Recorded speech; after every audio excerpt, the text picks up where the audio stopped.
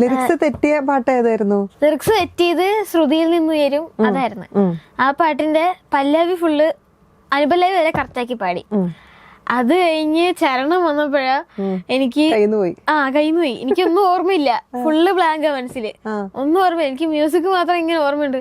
അയ്യോ ഞാൻ എന്താ എനിക്ക് വരി മനസ്സിൽ വരുന്നില്ല.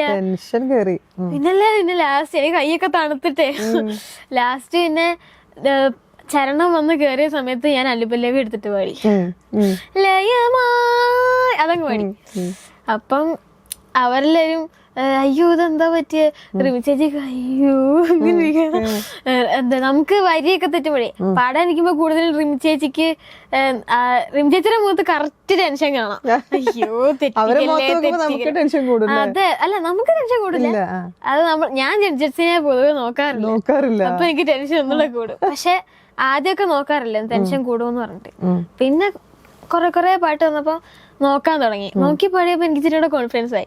കാരണം നമ്മൾ നല്ല പാടുമ്പോ MG സാറും മധു സാറും ബിന്നി മാമും റിമി ചേച്ചിയൊക്കെ അങ്ങൊക്കെ കാണിക്കും. അപ്പൊ നന്നായിട്ട് പാടുന്നുണ്ട്, ഇനി അടുത്തത് പാടി വരുന്നത് നന്ന പോലെ ആക്കണം എന്നൊക്കെ എഴുതാം. അപ്പൊ നമുക്ക് ഇച്ചിരിയുടെ കോൺഫിഡൻസ് കൂടും.